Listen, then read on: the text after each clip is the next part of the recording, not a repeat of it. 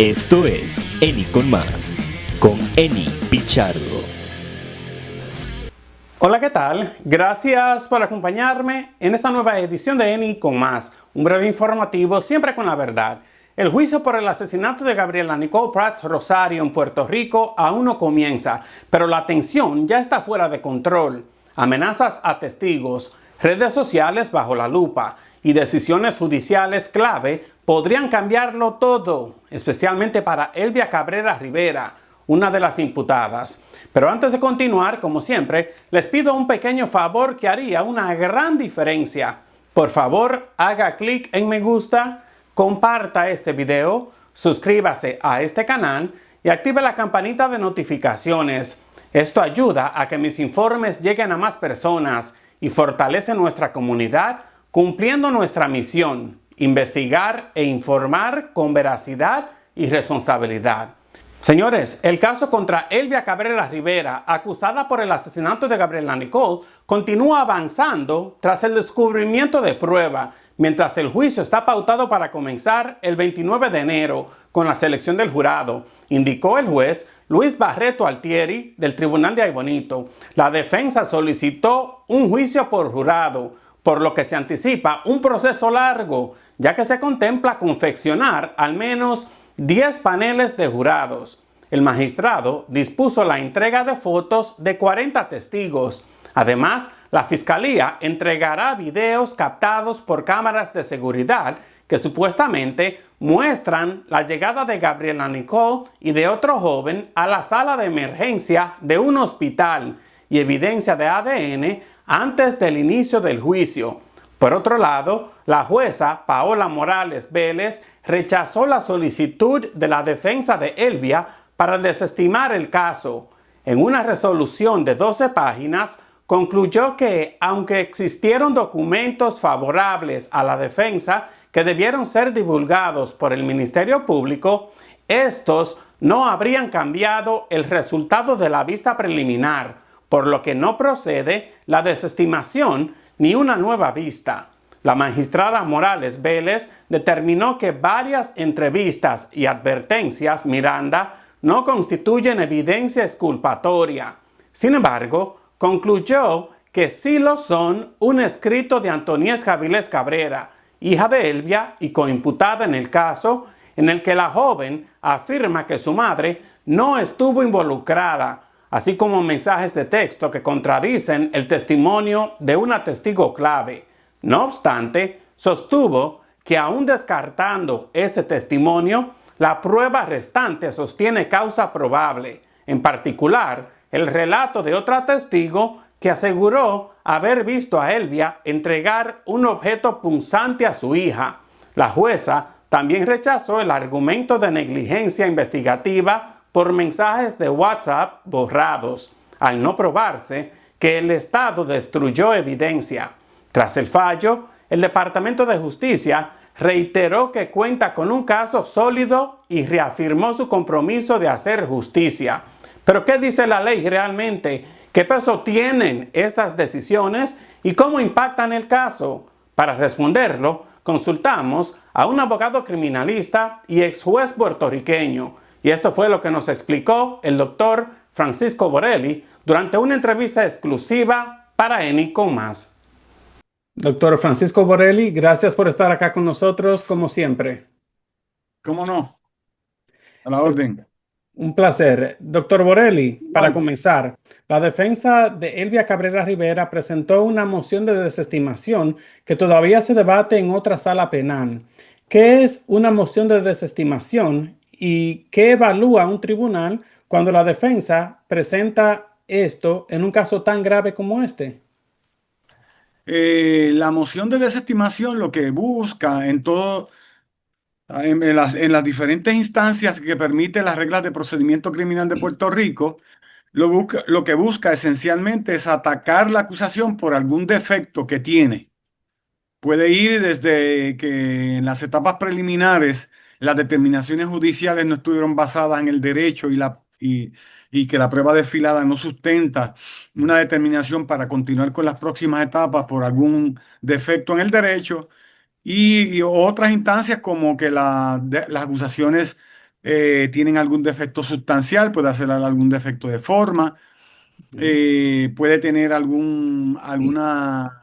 ausencia de alguna fecha, algún elemento del delito que falte, que no esté imputado.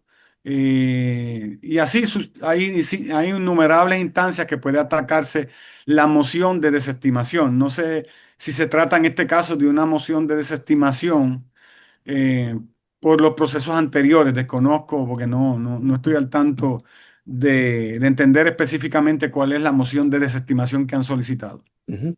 La jueza se reservó el fallo sobre esta moción de desestimación. Si la jueza la deniega, ¿qué opciones reales le quedan a la defensa antes de que comience el juicio? Bueno, asumiendo, ¿verdad?, que fuera la moción de desestimación, porque la niña en este caso, la adolescente en este caso, al momento de ser imputada de delito no tenía la capacidad mental, no la biológica, la cronológica, ¿verdad? No tenía el tribunal de adultos, eh, no tenía la edad cronológica para asumir la jurisdicción. En este caso se estaría diciendo que su capacidad mental es menor incluso que la edad mínima para procesarla. Si se declarara lugar, los procedimientos continuarían en la etapa en que están, que creo que es la vista preliminar. Ujú. Algo interesante, doctor Borelli, en el Sí. caso contra Elvia Cabrera Rivera, tengo entendido que Antoniesca, su hija, la otra coimputada, habría dicho que su madre no estuvo involucrada, supuestamente. ¿Qué valor legal tiene esta expresión así dentro del proceso penal? Bueno, lo que he escuchado que el planteamiento, he escuchado dos planteamientos. Primero que esa aseveración que, que se dice, que se alega que hizo la niña con relación a la responsabilidad penal como adulta de su madre, fue una aseveración que no se le escondió a la defensa. Es decir, que Mm, esa manifestación exculpando a la madre constituye lo que la jurisprudencia de Estados Unidos y Puerto Rico ha determinado que es prueba exculpatoria. Y si constituye prueba exculpatoria, el Ministerio Público lo tiene que divulgar desde el primer momento en que se produce. Y lo que se estaría imputando es que al haberla ocultado, pues el Ministerio Público cometió una conducta impropia y podría, entre las conductas impropias, propiciar un ataque para que se desestime el procedimiento. Lo otro es un planteamiento de que esa manifestación puede ser usada a favor de la madre, utilizando a la menor como testigo, ¿verdad? ujú, Para tratar de eliminar la responsabilidad penal.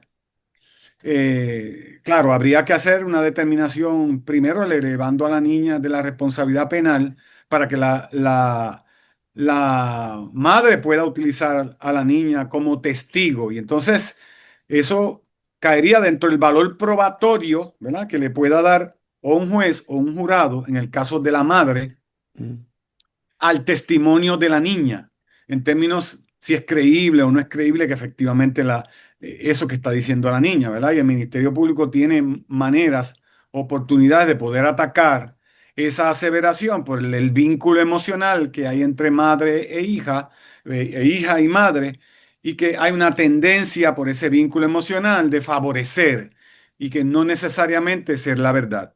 Todo eso sería materia de objeto de discusión, me imagino que en su momento, en el juicio o en cualquier etapa antes del juicio, mediante alguna de las mociones que permite el ordenamiento que la parte, en este caso la defensa, pueda presentar.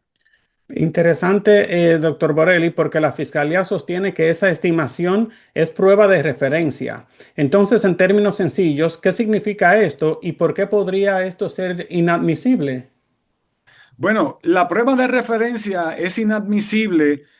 El fundamento es porque es una expresión que se hace no en el tribunal, que es donde se debe hacer donde debe desfilar la prueba, y que la persona tiene que estar sujeta a la confrontación con la parte adversa, en este caso contra la acusada. Es decir, si hay una manifestación anterior que se hizo fuera del tribunal, no estuvo sujeto al contrainterrogatorio de la defensa. Mm, Por eso, por ese hecho nada más, esa evidencia de por sí debe ser excluida por ser una prueba de referencia, es decir, se trajo de afuera sin la oportunidad de que la parte la pueda contrainterrogar. El Ministerio Público podría decir, bueno, esa aseveración, la mejor evidencia es que sienten a la testigo a decirlo en sala, ¿verdad? Porque el Ministerio Público va a decir que esa fue una manifestación, aunque no sea el servir, lo que se llama se la autosirvió para proteger a su madre, y hay que ver en qué etapa la dijo, ¿verdad? Si la dijo antes de la investigación o ya la investigación se había centrado sobre su madre. Cuando le preguntan a la niña, puede hacer una manifestación para relevar de responsabilidad o quitarle la responsabilidad a su madre por el hecho de que sabía que su madre estaba en peligro y quería beneficiarla. Y entonces el Ministerio Público le podría adscribir y solicitarle al tribunal que la considere como una prueba autoservida o self-serving para beneficiar a la madre, y que no tiene el valor probatorio, y que el verdadero valor probatorio sería la niña sentándose a declarar sujeto al contrainterrogatorio del Ministerio Público, que sería quien tendría la facultad de contrainterrogarla, porque obviamente sería la defensa la que tendría que presentarla. Pero con esto no estaría Antoniesca inculpándose ella. Bueno, si Antonesca dice que fui yo y no fue mi madre, sería obviamente una declaración incriminatoria y tiene derecho a permanecer en silencio. Y usted me mencionó que todo esto podría ser prueba exculpatoria. Y entonces hay consecuencias legales bastante difíciles para el Ministerio Público si no entrega Bueno, esta evidencia. si conocía o debió conocer que esa prueba existía y no la divulgó a la defensa, porque hay una obligación en el ordenamiento jurídico de que el Ministerio Público, inmediatamente que tenga conocimiento, o que muy probablemente tenga conocimiento y debe hacer diligencias para que así sea, pues entonces entregarle esa evidencia exculpatoria al Ministerio Público. Y hay que ver si las repercusiones pueden ir desde evitar, después se le prohíbe que se presente esa evidencia que se escondió, hasta la desestimación de la acusación, que sería el remedio más grave y el remedio, ¿verdad? La determinación judicial más adversa para el Ministerio Público. Y doctor Borelli, se habla mucho también del arma que se habría utilizado en este crimen. Tengo entendido que fue una peineta con un objeto punzante que se cree que fue una navaja, una cuchilla. Desde el punto de vista penal, entregar el arma utilizada en un asesinato puede convertir a alguien en responsable del crimen, aunque no haya atacado directamente. El entregar el alma Ajá. depende de quién la entregue, ¿verdad? Si la entrega y puede haber algún tipo de evidencia que la pueda conectar, y hay que explicar por qué esa evidencia, las huellas dactilares, si hay algún tipo de evidencia biológica, como Mm. el ADN, ¿verdad? Y se hace una muestra y se encuentra ADN de la persona que le entregó. Hay que ver la totalidad de la otra evidencia para ver si esa evidencia la incrimina. Entregar una evidencia dentro de una investigación que se centraliza dentro de una persona ya como sospechosa, y se le pide que entregue podría constituir una evidencia incriminatoria. Habría que examinar la totalidad de las circunstancias para que eso sea así. Pero entonces, doctor Borelli, ¿cuál es la diferencia entre autor, coautor y cómplice? ¿Y cómo puede esta distinción cambiar por completo el resultado del caso? La responsabilidad penal de un autor es mayor que la de un cómplice o un cooperador no necesario. En nuestro ordenamiento jurídico hay responsabilidad penal para aquellos que participan o cooperan de alguna forma con el autor directo o los autores directos, pero cuya cooperación no hubiera sido esencial para que el delito se consumara. Eso sería un cooperador, y la pena puede llegar hasta 10 años máximo en los casos de asesinato, en los otros casos a 10 años. En los casos de autoría hay diferentes modalidades de autoría. Está el autor que participa directamente y que comete el delito directamente, pero hay otros autores intelectuales o autores Mm. porque instigan a una persona a cometer el delito, o lo promueven, lo animan a que cometa el delito, aunque no es autor directo, es un autor muy importante porque es un autor intelectual, es autor el que con su conducta hace el determinante para que la otra persona cometa el delito. Además, pues ahí el que se vale de una persona inimputable, se vale de una persona que está enferma mental y se vale de ella para cometer el delito, o el autor se vale de una persona menor de edad para que cometa el delito, también responde como autor directo en la misma responsabilidad que si fuera el autor directo. Y así sucesivamente hay varias, 6 o 7 formas de ser responsable directamente con la misma pena que si fuera el autor directo. Ahora, doctor Borelli, la defensa ha planteado la posibilidad de un asesinato atenuado.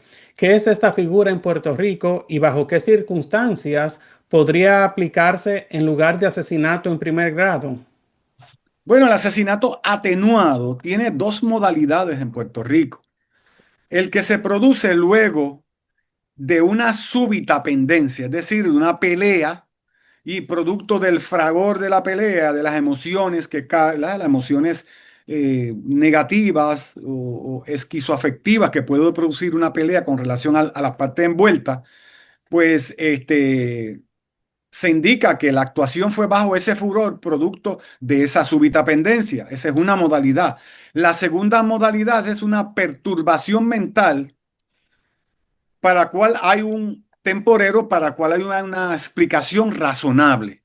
¿Verdad? La persona está pasando por una perturbación mental que le impide entender la criminalidad del acto, ¿verdad? O la capacidad para responder, comportarse conforme al mandato de ley. Es una responsabilidad que es producto de un disturbio, un ennublamiento de la intención de la persona por esa circunstancia.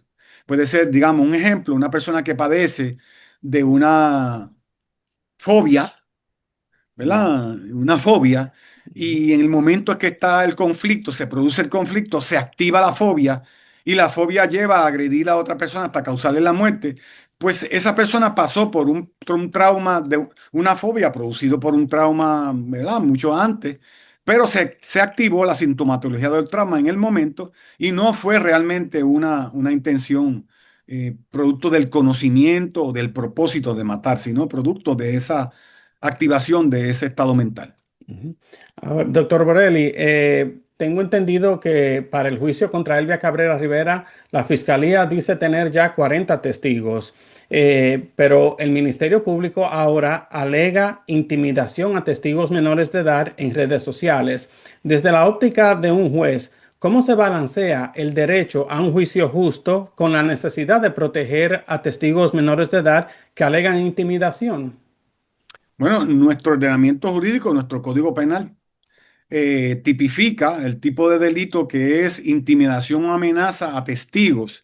Incluye, ¿verdad? Cuya pena es de 8 años y es un delito grave. Un testigo que esté ya confirmado que es testigo de un caso que está en investigación, un caso que está en procesamiento, judicializado, pues dispone que cualquier persona que haga un acto de amenazar al testigo, cualquier acto de intimidación, no tiene que haber ser una amenaza realmente, pero un acto que conlleve intimidación al testigo, tiene que haber causalidad, tiene que haber hecho con el propósito de que cambie su testimonio.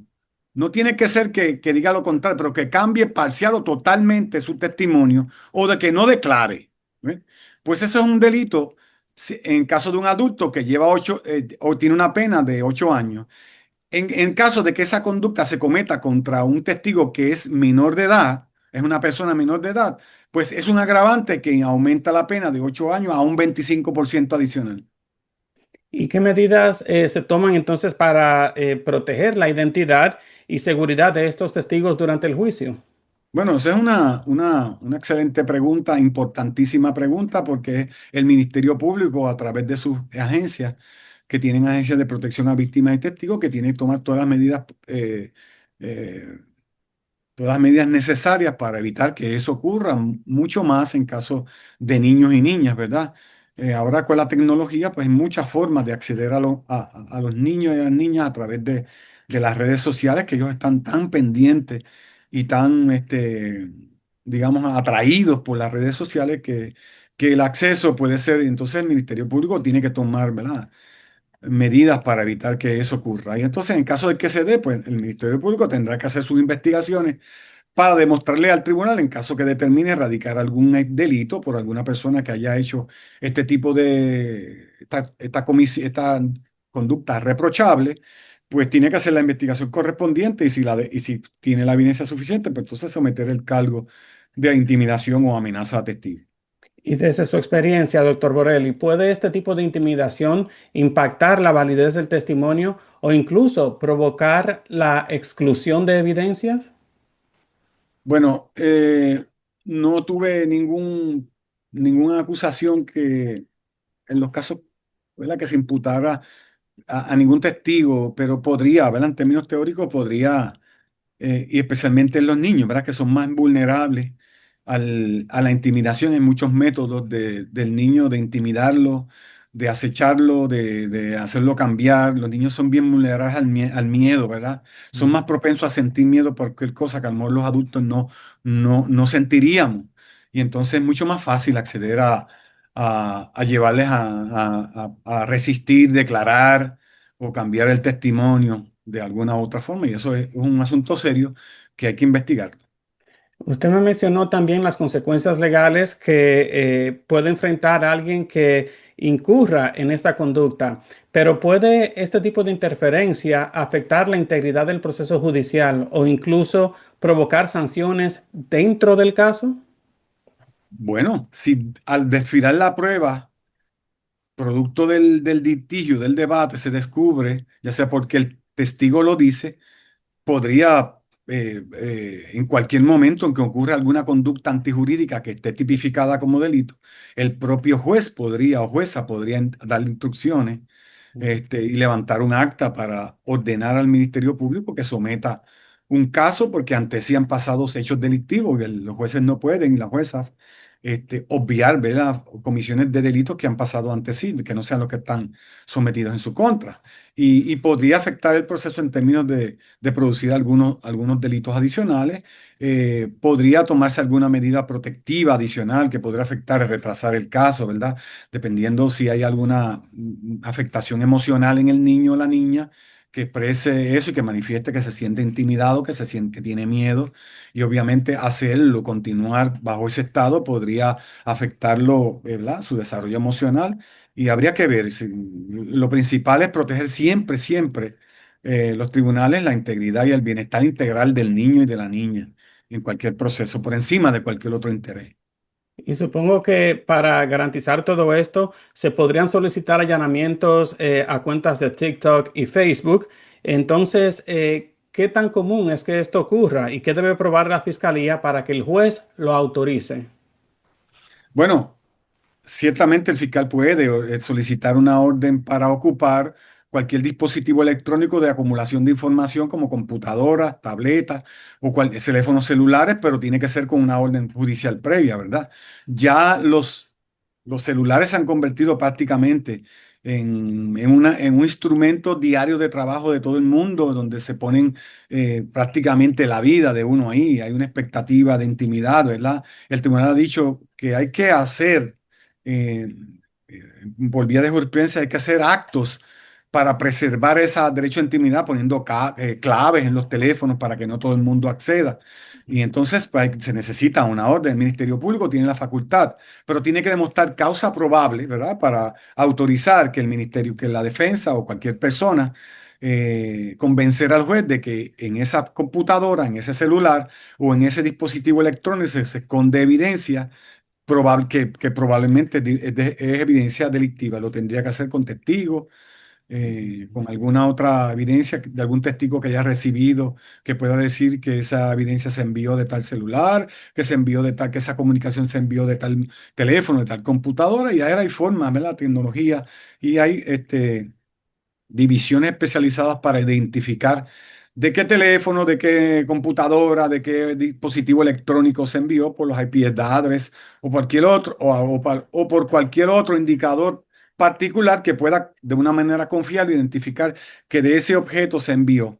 Y entonces, una vez que se ubique el objeto donde sea, se puede pedir, estableciendo mediante juramento, mediante una declaración jurada ante un juez, la causa probable para autorizar ocupar la computadora, el celular o el instrumento electrónico para rescatar cualquier evidencia incriminatoria que pueda haber allí.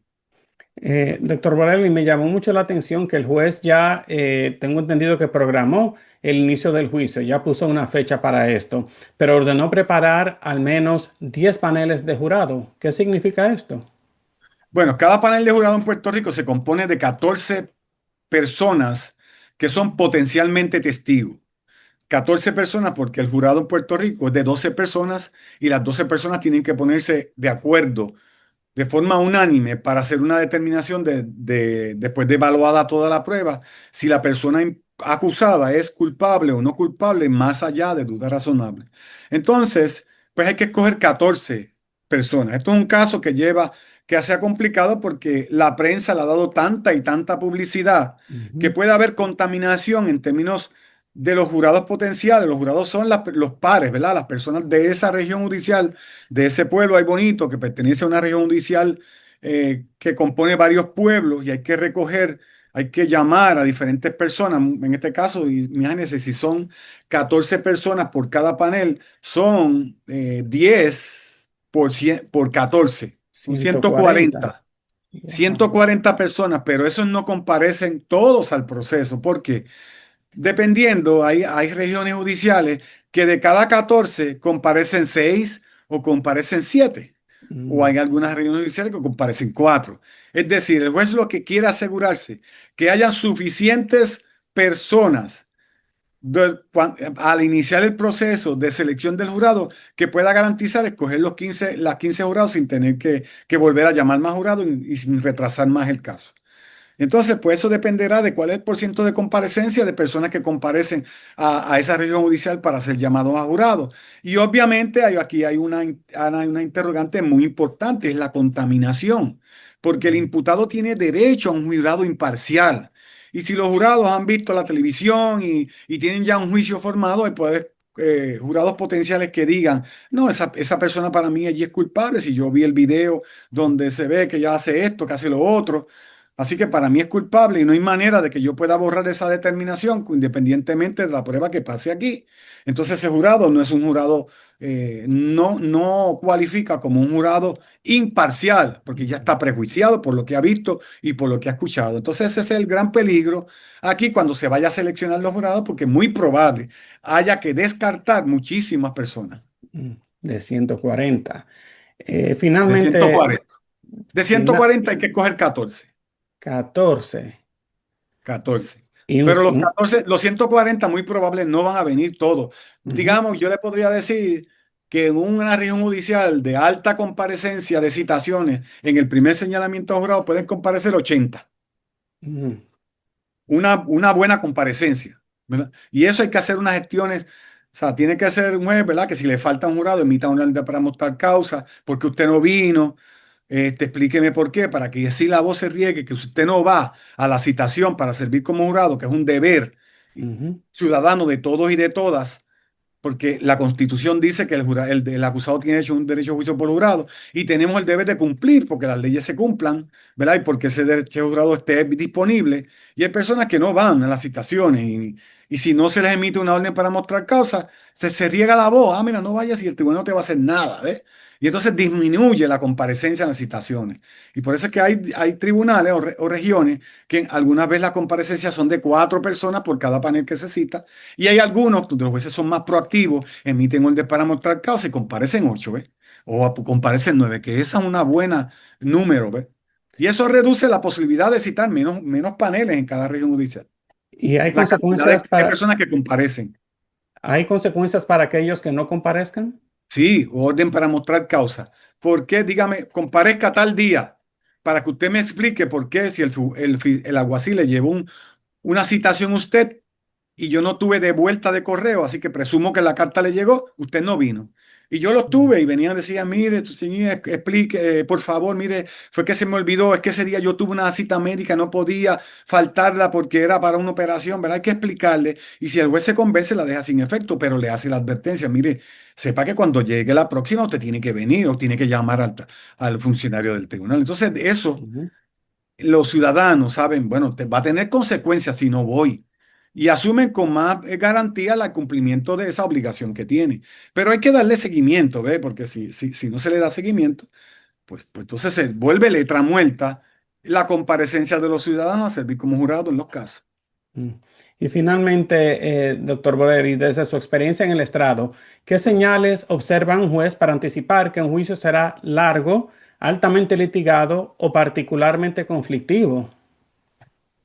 La exposición, la primera es la exposición mediática que haya tenido y la importancia que le haya dado la prensa al caso. Eso lo va a hacer más complicado. ¿Por qué? Porque ya tiene dentro de todas las instituciones que trabajan con el proceso penal, y me refiero al Departamento de Justicia del país, al Poder Judicial, incluso al Poder Legislativo y al Poder Ejecutivo, porque siempre los ciudadanos le dan una connotación político-partidista y lo que pasa y todo lo que pasa se le adjudica al gobernante o al partido de turno y se vuelve toda una dinámica política partidista, una sociedad polarizada en términos de por político partidista. Entonces eso adquiere una importancia de darle seguimiento, tiene mucho rating, la gente lo quiere ver, ¿verdad? Y entonces eso le complica la situación a los tribunales, le complica los roles a los fiscales, a los abogados, y obviamente hay un esmero de cuidarse de todos los errores, entonces hay muchos planteamientos de derecho, especialmente ese que le dije de la excesiva publicidad, este, y entonces eventualmente se produce mucho más controversia, se dilatan más y especialmente si se demuestra que hay un perjuicio en la publicidad excesiva que afecta al derecho a tener un juicio a un jurado imparcial. Ha llegado casos en que ha tenido que suspenderse en lo que la magnitud de la publicidad pueda bajar, y entonces eso produce pues que el caso se tenga que dilatar. Y según su experiencia, basado en la información que ya usted tiene, ¿cuánto más o menos podríamos ver este juicio pasar? Bueno, desde que ya si usted me hace la pregunta, desde que se somete el caso para determinar causa probable hasta el juicio, no debería tardar más de 2 años, no debería. Mm. Ya a partir de 2 años, pues ya ahí se toman ciertas medidas de toda la agencia, el Poder Judicial siempre está pendiente de que los casos se resuelvan, especialmente los casos penales, de una forma rápida, ¿verdad?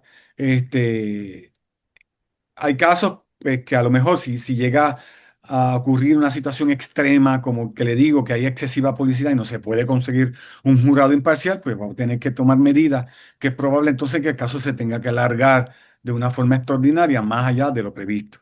Pero un caso de asesinato complejo, tribunales tienen la forma, el Poder Judicial tiene la forma de tratar de aligerar, por ejemplo. Le asigna el caso al juez y le releva al juez de todos los demás casos. Mm. El juez puede ordenar a las partes, al fiscal y a la defensa, no tomen más casos y vamos a hacer un calendario para atender este caso todos los días de tal hora a tal hora, Ujú. para terminarlo en un mes y medio, o a lo sumo, ¿ves? Pero hay que tomar esas medidas drásticas, ¿ves? Entonces ahí todas las agencias tienen que cooperar. El tribunal, a través del juez administrador de la región judicial, tiene que tomar la provincia para todos los casos asignados a esa sala, se los atienda a otro juez pareja o otro juez, para que ese juez le dé atención exclusiva solamente a ese caso los 5 días de la semana en el horario completo judicial y a lo mejor poder extender hasta un poco más después del horario judicial. El Departamento de Justicia señalarle ese caso al fiscal que tiene el caso, relevarlo de atender cualquier otro asunto, incluso atender casos en fiscalía, ir a hacer investigaciones aparte y quedarse solamente con ese caso y dedicarle todo el tiempo.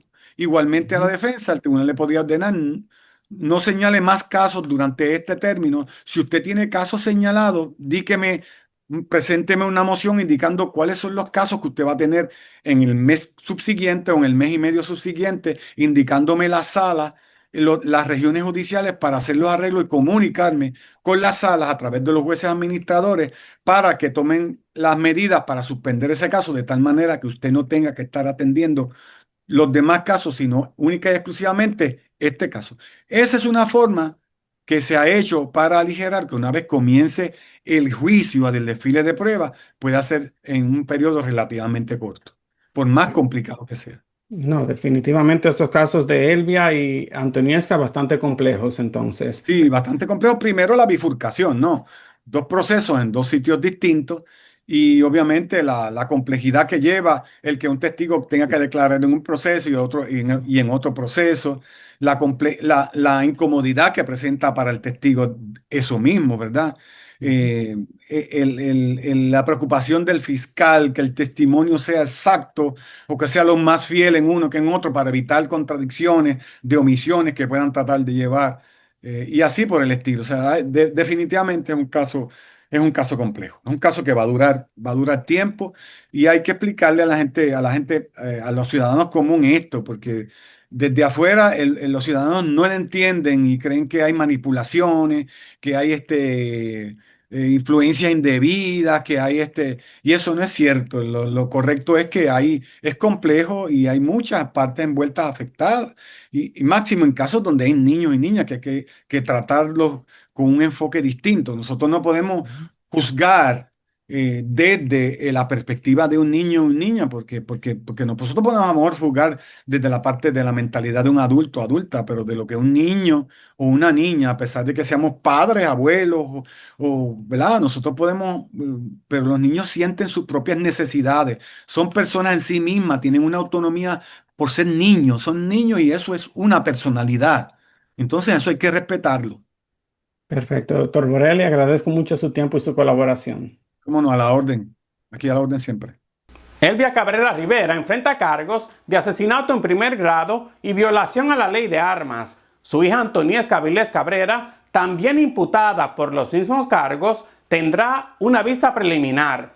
Aunque tenía 17 años al momento de la tragedia, Antoniesca será procesada en un tribunal para adultos, luego de que Apelaciones rechazara mover su caso a la Corte de Menores.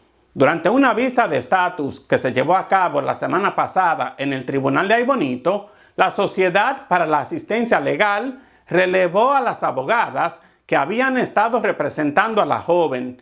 La licenciada Rocío Rebelles Ponce no podrá continuar con la defensa debido a una fractura reciente, mientras que la segunda defensora, la licenciada Atelin Jiménez Emanueli, enfrenta un asunto médico urgente. La defensa quedó en manos de la licenciada María Soledad Sáez, quien sostuvo que el caso fue sometido de forma apresurada. Negó que exista base para un cargo de asesinato en primer grado y reiteró que la joven no debe ser juzgada como adulta debido a sus condiciones personales. La licenciada Sáez solicitó tiempo al tribunal para ponerse al día. El tribunal advirtió que no permitirá nuevas dilaciones y fijó nuevas fechas para la vista preliminar en febrero. Y antes de terminar esta edición, me gustaría hacerles una pregunta y saber su opinión. ¿Cree usted que los testigos menores están realmente protegidos en este caso? Si fuera juez, ¿qué medidas tomaría usted para cuidar a los testigos menores en un caso tan mediático como este? Deje su respuesta en la parte baja de este video y compártalo para que más personas se sumen a la conversación. Así termino esta edición, agradeciéndole su tiempo y su confianza, invitándolo a que haga clic en el icono de me gusta y a que comparta este video. Y siempre recuerde suscribirse a este canal en YouTube. Yo soy Eni Pichardo y esto es Eni con Más, un breve informativo, siempre con la verdad.